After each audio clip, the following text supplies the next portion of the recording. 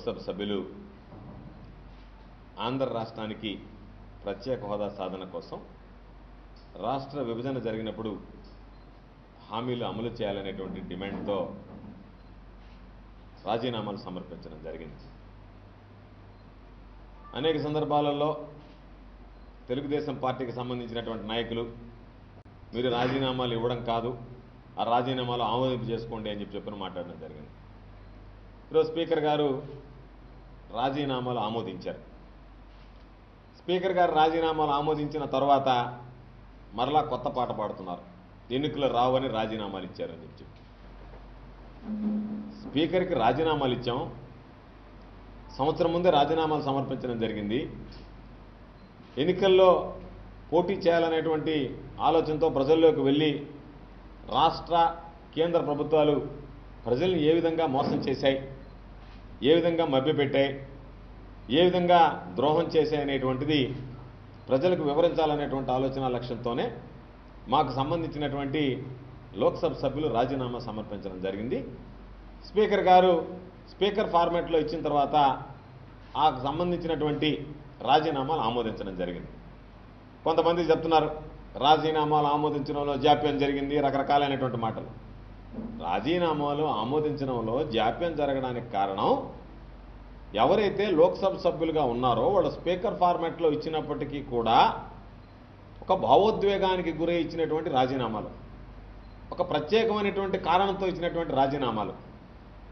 ఏదో మరొక పదవో వచ్చి 2 పదవులు ఉండకూడదు కాబట్టి రాజీనామాలు ఇచ్చిన సందర్భమో, లేదా ఏదైనా ఆరోపణలు వస్తే రాజీనామా ఇచ్చిన సందర్భమో కాదు. ఆంధ్ర రాష్ట్ర ప్రజల ప్రయోజనాలకు సంబంధించి కేంద్ర ప్రభుత్వం స్పందించలేదు కాబట్టి, అవిశ్వాస తీర్మానం పెట్టినా సరే లోక్సభలో చర్చ జరగలేదు కాబట్టి, ఆ నిబద్ధతతో నీతి నిజాయితీగా వ్యవహరించాలనేటువంటి ఆలోచనతో ప్రజల్లోకి దీన్ని తీసుకువెళ్ళడానికి చివరి అస్త్రంగా రాజీనామాలు సంధించడం జరిగింది మాకు సంబంధించినటువంటి లోక్సభ సభ్యులు. ఈరోజు మేము రాజీనామా చేసిన తర్వాత ఈ రాష్ట్రానికి సంబంధించినటువంటి 5 కోట్ల మంది ఆంధ్రులు వెన్ను తట్టి మమ్మల్ని ప్రోత్సహించేటువంటి పరిస్థితుల్లో దిక్కు తోచక అయ్యో మనం వెనకబడిపోతున్నామే అని చెప్పని ఆ ఆందోళనలో, ఆవేదనలో చంద్రబాబు నాయుడు గారు కానీ తెలుగుదేశం పార్టీ శ్రేణులు కానీ రకరకాలైనటువంటి వ్యాఖ్యలు చేసేటువంటి పరిస్థితి. ఈరోజు ఎవరైనా మాట్లాడుతున్నారు ఒక మాట, మీరు బీజేపీని తిట్టండి, మోడీ ఇంటి ముందు కూర్చొని ధర్నా చేయండి, వీళ్ళేది మాకు చెప్పేది. మీరు 4 సంవత్సరాలు ఇద్దరు కలిసి రాజకీయంగా మీ ఇద్దరు భాగస్వాములు, అధికారంలో భాగస్వాములు. ఈరోజు భాగస్వాములుగా విడిపోయిన తర్వాత మీలో భాగస్వామ్యంగా వ్యవహరించినటువంటి బీజేపీ పార్టీయే తెలుగుదేశం పార్టీని లెక్కలు అడుగుతుంది. మా లెక్కలు మాకు చెప్పండి, కేంద్ర ప్రభుత్వం నుంచి మేము తెచ్చిన నిధులు, రాష్ట్ర ప్రభుత్వం నుంచి మీరు తెచ్చిన నిధులు, మీ జోబులోకి పోయినటువంటి నిధులు లెక్క చేయండి. కాబట్టి ప్రజల కన్నా కూడా చంద్రబాబు కొడుకు జోబులోకి నిధులు పోయాయని చెప్పని వాళ్ళు ప్రశ్నిస్తున్నారు. ఆ ప్రశ్నకు సమాధానం చెప్పాల్సినటువంటి బాధ్యత చంద్రబాబు నాయుడు మీద ఉంటే వైఎస్ఆర్ కాంగ్రెస్ పార్టీ ఎందుకు బీజేపీని విమర్శించలేదని మాకు దిశానిర్దేశం చేయడానికి ప్రయత్నం చేస్తాడు చంద్రబాబు. అంటే అన్ని పార్టీలు ఏకమై చంద్రబాబు నాయుడుకి అండగా నిలవాలి. చంద్రబాబు నాయుడుకి అవసరం వచ్చినప్పుడు ఎవరితోనే కలిసి పనిచేయడానికి సిద్ధంగా ఉంటాడు. జిల్లాకు సంబంధించినటువంటి మంత్రి మాట్లాడాడు, యుద్ధానికైనా స్నేహానికైనా టీడీపీ అని. కరెక్టే, 4 సంవత్సరాలు స్నేహం చేశారు, చివరి సంవత్సరంలో యుద్ధం చేస్తున్నారు. కాబట్టి ఆ రోజు స్నేహం ఎందుకు చేశారో మీరే చెప్పాలా? ఈరోజు యుద్ధానికి మీరు ఎందుకు పూనుకున్నారో మీరు చెప్పాలా? యుద్ధం స్నేహం చేయడం బ్రహ్మాండంగా ఉంటుంది, మీ వ్యవహారం అందరికీ తెలిసినటువంటి విషయమే. కమిషన్ లేకపోతే బ్లాక్మెయిల్ చేసి యుద్ధం చేస్తారు, కాసులు కన్నా కనికరిస్తే స్నేహం చేస్తారు. కాబట్టి యుద్ధం స్నేహం చేయగలిగినటువంటి సమర్థవంతమైనటువంటి వ్యక్తులు మీరే. ఎందుకంటే పాపం సోమిరెడ్డి కూడా గతంలో చాలా పోరాటాలు చేశాడు, పోరాటం ఊపిరంటున్నాడు. ఇప్పుడు కూడా జెండా తీసుకున్నాడు, పోరాటం తీసుకున్నాడు, ధర్మల విద్యుత్ కేంద్రాలు వచ్చేదానికి లేదన్నాడు, ధర్మల విద్యుత్ కేంద్రాలను బాంబులతో పేల్చేస్తామన్నాడు. ఆ రోజంతా యుద్ధం చేశాడు. అధికారంలోకి వచ్చిన తర్వాత అసలైనటువంటి యుద్ధం చేయాల్సినటువంటి సమయంలో స్నేహం చేస్తున్నాడే, ఇది కదా బాధాకరమైనటువంటి విషయం. కాబట్టి నువ్వు యుద్ధం స్నేహం చేయడంలో మొనగాడివి, దిట్టవి, మేము ఒప్పుకుంటున్నాం.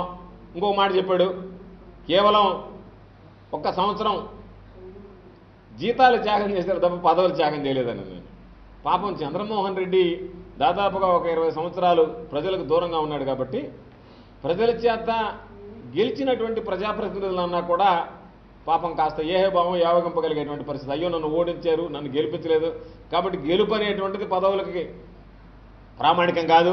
ఓడిపోయినా కూడా పదవులు వస్తాయి కాబట్టి గెలిచినటువంటి వ్యక్తుల మనోభావాలను దెబ్బతీసేటువంటి విధంగా జీతాలు త్యాగం చేశారని మాట్లాడడం అనేటువంటిది సరైనటువంటి పద్ధతి కాదు.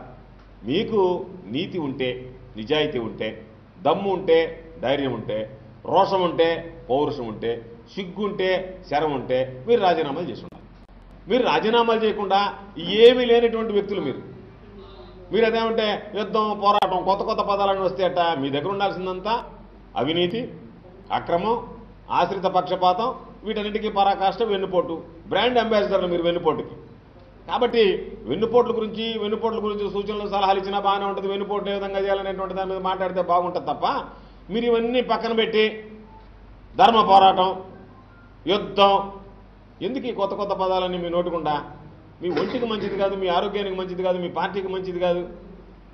ఈరోజు మేము చెప్తున్నాం, 5 మంది ఎంపీలైనా వైఎస్ఆర్ కాంగ్రెస్ పార్టీకి సంబంధించినటువంటి 5 మంది ఎంపీలు ఈరోజు రాజీనామా చేస్తే 5 కోట్ల మంది ఆంధ్రులు గర్విస్తున్నారు. నీలాగా పదవి కోసం ప్రాకులాటమో లేదా పదవి కోసం అడ్డదిడ్డంగా ఇతర పార్టీలకు సంబంధించినటువంటి లోక్సభ సభ్యుల్ని, శాసనసభ్యుల్ని ఆహ్వానించి శాసనమండలి సభ్యుల్ని నీ పార్టీలోకి కండువా కప్పి కోట్ల రూపాయల నజరాలను ప్రకటించుకోవడం ఇది కాదు కావాల్సింది. రాష్ట్ర ప్రజల ప్రయోజనం కోసం ఏం చేశావు? ఈరోజు మేమెవరో మాట్లాడడం కాదు కదా. నీకు సంబంధించినటువంటి ఎంపీ జేసీ దివాకర్ రెడ్డి ఈరోజు ఏం మాట్లాడాడు? కడపలో 2 విషయాలు మాట్లాడాడు. ఒకటి, ఈ రోజు కాదు నేను 4 ఏళ్లుగా చెప్తూనే ఉన్నాను చంద్రబాబుకి ఏమి రావయ్యా ఈ రాష్ట్రానికి, అయినా సరే ఆయన మామూలుగా వాళ్ళతో స్నేహం చేశాడని చెప్తున్నాడు. దానికి సమాధానం చెప్పు.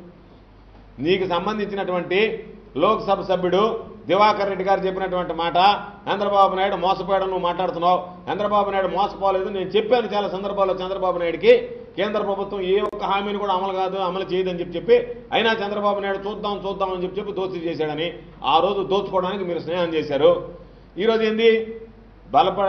బలపడిపోయాం. వైఎస్ఆర్ కాంగ్రెస్ పార్టీ బలపడిపోయింది. ప్రజల్లో తిరుగులేనటువంటి శక్తిగా ఈరోజు తయారైంది.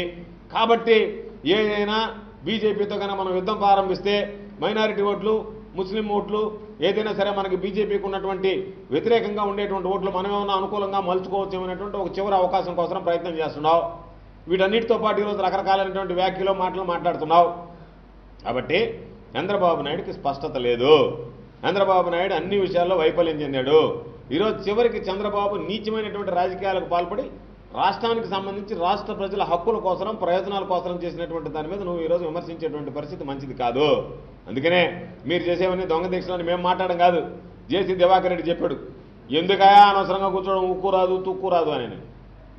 ఉక్కు రాదు తుక్కు రాదు అని నీ వాళ్ళే చెప్తుంటే నువ్వు దొంగ దీక్షలు పెట్టి మళ్ళీ వెంటనే కౌంటర్లు ఇప్పించి మీ వాళ్ళ చేతనే మాట్లాడించేటువంటి పరిస్థితి వస్తే ప్రధానంగా మీకు సంబంధించినటువంటి సీనియర్ నాయకులే మాట్లాడుతున్నారు.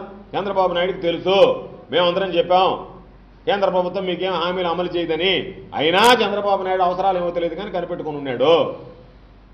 4 సంవత్సరాలు స్నేహం చేసి ఈరోజు యుద్ధం చేసి ఈతమైన స్నేహమైన మాకే సాటి అంటే మీకే సాటి కదా ఎవరుకుంది. 4 సంవత్సరాలు వాళ్ళతో స్నేహం చేసి ప్రజలను మోసం చేశారు. ఈరోజు మళ్ళా యుద్ధం పేరుతో ద్రోహం చేస్తున్నారు. రకరకాలైనటువంటి వాటిలో ఆరితేరినటువంటి వ్యక్తులు. కాబట్టి ఈరోజు ముఖ్యంగా నెల్లూరు జిల్లాకు సంబంధించినటువంటి 2 పార్లమెంట్ సభ్యుల్ని గెలిపించి పంపిస్తే నెల్లూరు పార్లమెంట్ సభ్యులుగా పెద్దలు మేకపాటి రాజమోహన్ రెడ్డి గారిని, తిరుపతి పార్లమెంట్ సభ్యులుగా వరప్రసాదరావు గారిని వీళ్ళిద్దరూ కూడా రాష్ట్ర ప్రజల ప్రయోజనాల కోసం ఈరోజు పదవులు త్యాగం చేయడం జరిగింది. కాబట్టి 5 మంది ఎంపీలు ఈరోజు పదవులకు త్యాగం చేశారు. ప్రతి ఒక్కడు కూడా వాళ్ళని అభినందించాల్సింది కనీసమైనటువంటి కర్తవ్యం, ధర్మం ఆంధ్రుడిగా ఉండేటువంటి ప్రతి ఒక్కడికి.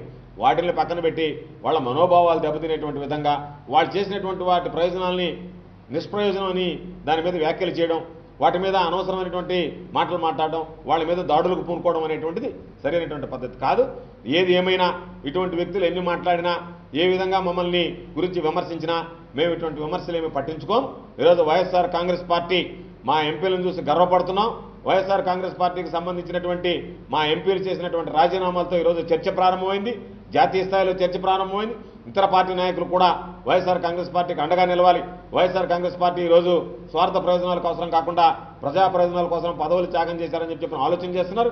చంద్రబాబు నాయుడిని చీకొట్టేటువంటి పరిస్థితి ఏర్పడింది. చంద్రబాబు నాయుడికి సంబంధించి 15 మంది ఎంపీలు ఉన్నారు. మా దగ్గర నుంచి 3 తీసుకున్నారు. 18 మంది ఎంపీలు కూడా ఈరోజు చంద్రబాబు నాయుడితో చేరి ఏమీ చేయలేనటువంటి పరిస్థితిలో దిక్కుతోచక ఈరోజు ఏదో ఒక విధంగా మా మీద అటాక్ చేసి మా మీద నిందలు మోపి మమ్మల్ని విమర్శలు చేసి ఏ మేరకు లబ్ధి పొందాలనేటువంటి ఆలోచన చేస్తున్నారు తప్ప ఆంధ్ర రాష్ట్ర ప్రజలు చిత్తశుద్ధితో స్పష్టమైనటువంటి వైఖరితో ఉన్నారు. వైఎస్ఆర్ కాంగ్రెస్ పార్టీ ఒక చారిత్రాత్మకమైనటువంటి నిర్ణయం తీసుకునింది రాష్ట్ర ప్రజల ప్రయోజనాల కోసం.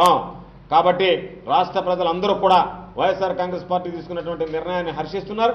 వైఎస్ఆర్ కాంగ్రెస్ పార్టీకి అండగా నిలుస్తున్నారు. కాబట్టి ఈరోజు మోడీ చంద్రబాబు ఇద్దరు కలిసి రాష్ట్రానికి అన్యాయం చేసి ఈరోజు ఒకరిపై ఒకరు విమర్శలు చేసుకుంటూ డ్రామాలు ఆడుతూ నాటకాలు ఆడుతూ ఈరోజు ఆ విమర్శలకు సంబంధించి మీ దగ్గర ఉన్నటువంటి ఒక ఆయుధం మీరు మోడీని విమర్శించండి, బీజేపీని విమర్శించండి. మీరెవరు మాకు చెప్పడానికి? మీరేంది మాకు దిశానిర్దేశం చేసేది? ఒక స్పష్టమైనటువంటి వైఖరి ఉండేటువంటి వ్యక్తులం, ఒక స్పష్టమైనటువంటి విధానం ఉండేటువంటి వ్యక్తులం. ఏ రోజుకు ఆ రోజు ఓసరవెల్లిలాగా రంగులు మార్చుకుంటూ తిరిగేటువంటి వాళ్ళు మీరు, మీ నాయకుడు చంద్రబాబు. మీరు మాకు చెప్పేటువంటి పరిస్థితి ఉందా? మీరు ఈరోజు ఒకసారి చూస్తే అవిశ్వాస తీర్మానం పెడతామంటే ఆ రోజు అవిశ్వాస తీర్మానం వైఎస్ఆర్ కాంగ్రెస్ పార్టీ పెట్టినా నేను మద్దతు ఇస్తాను. తెల్లవారికి వచ్చేటప్పటికి వైఎస్ఆర్ కాంగ్రెస్ పార్టీ కాదు నేనే అవిశ్వాస తీర్మానం పెడతానన్నాడు. అవిశ్వాస తీర్మానం వస్తే ఆ రోజు అవిశ్వాస తీర్మానాన్ని చర్చకు రానికుండా అడ్డుకున్నారు మీరు అందరూ కలిసి. ఈరోజు తీరా మేము రాజీనామాలు చేసి చివరికి ఆమె నిరాహార దీక్ష చేస్తే వాటిని అవహేళన చేసేటువంటి విధంగా మాట్లాడుతున్నారు. రాష్ట్ర ప్రజలు ఇవన్నీ గమనిస్తున్నారు, గుర్తిస్తున్నారు. మీకు తగిన సమయంలో తగిన విధంగా బుద్ధి చెప్పడానికి రాష్ట్ర ప్రజలు సిద్ధంగా ఉన్నారని చెప్పి తెలియజేస్తారు. ఏంటండి వీడియో నచ్చిందా? అయితే ఓ లైక్ వేసుకోండి, లేదంటే ఓ కామెంట్ చేయండి. ఎప్పటికప్పుడు మా వీడియోస్ చూడాలంటే సబ్స్క్రైబ్ చేసుకోండి.